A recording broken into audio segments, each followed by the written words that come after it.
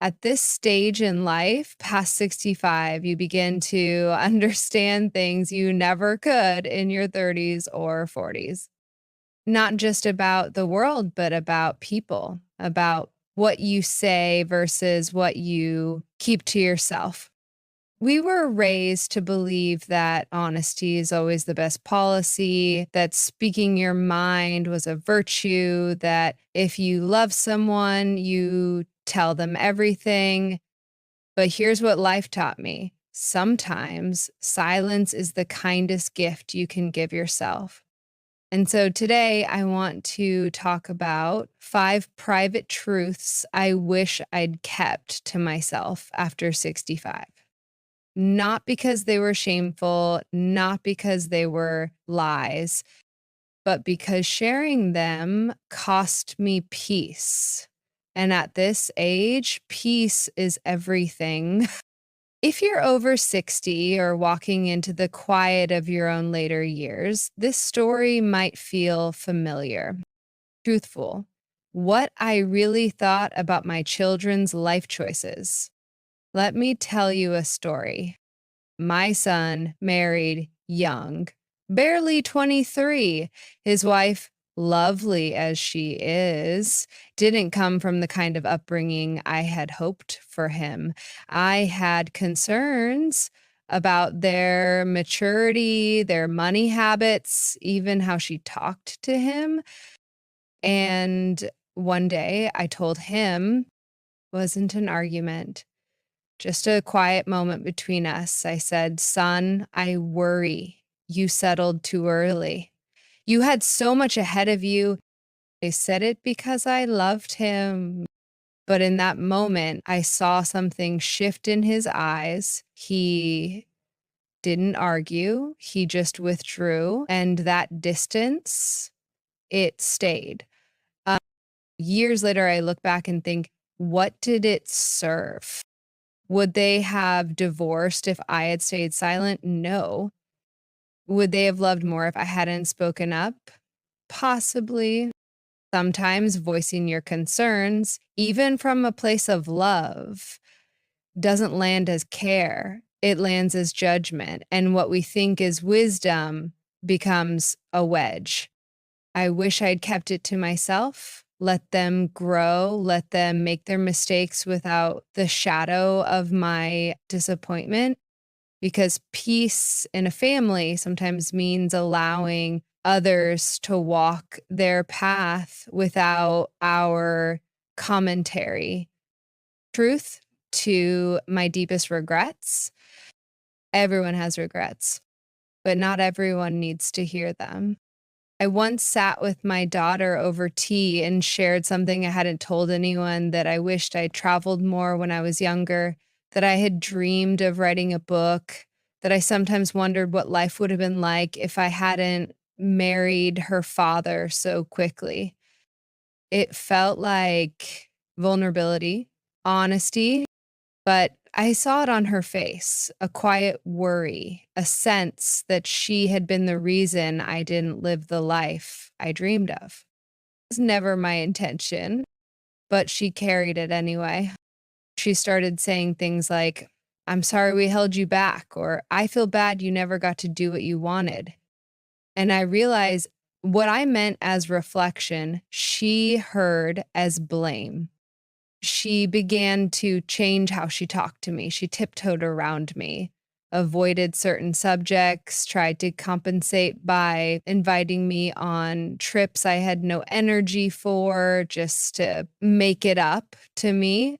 Um, what hurt me more than anything was seeing the joy in her dim just a little, like she felt guilty for being a part of my life. And that's when I understood some truths are better carried in solitude.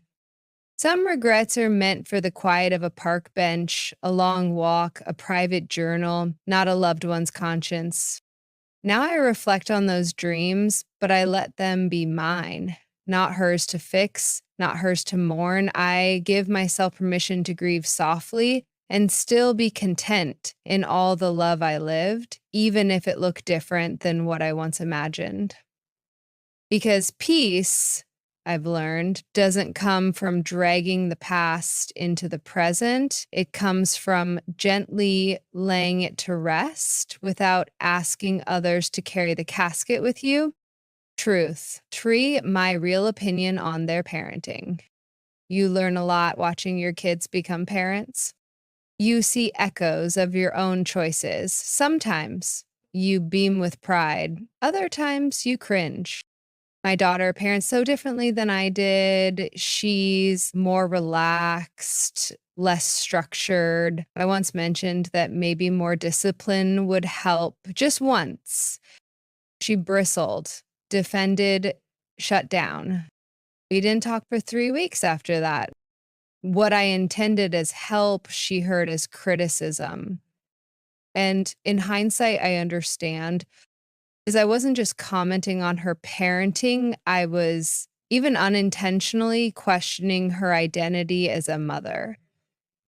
I began to notice the difference when I stayed quiet. One afternoon, I watched her son, my grandson, have a tantrum over a puzzle piece. My daughter knelt down, looked him in the eyes, and said, "It's okay to be upset, but we'll try again later." She didn't yell, she didn't scold. And you know what? He calmed down. Would I have handled it the same? No.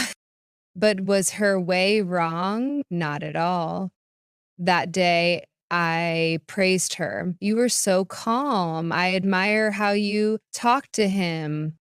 Bree, she smiled, not politely, but deeply. It was the kind of smile that says, "You see me." Since then, I've learned to trade advice for admiration, judgment for presence, worry for quiet support.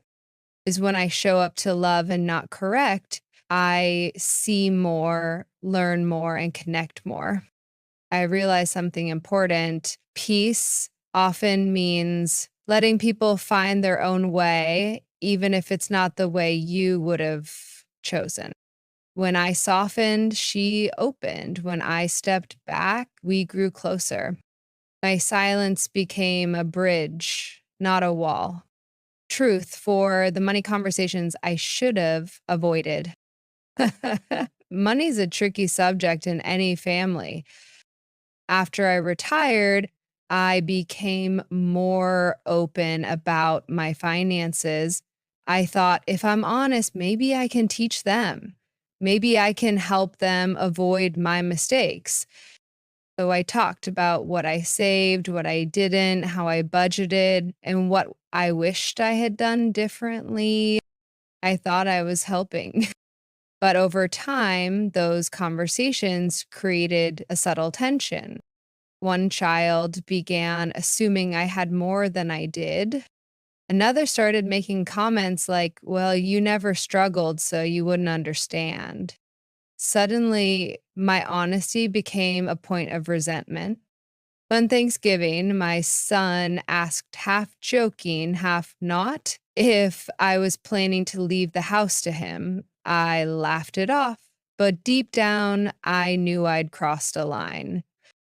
Another time, my daughter hesitated to take me out to lunch, whispering to the waiter behind my back to split the check evenly. I had never made her feel financially obligated, but somewhere along the line, my openness had shifted the dynamic. Sharing details about my finances blurred boundaries. I had wanted to teach. Instead, I created confusion, expectations, even quiet judgments about how I had spent or not spent my money. And now I keep it simpler. If they ask for guidance, I offer principles, not numbers. If they ask about my well being, I share whether I'm comfortable, not how much is in my account. Because money, especially in later life, should never become a measuring stick or a pressure point.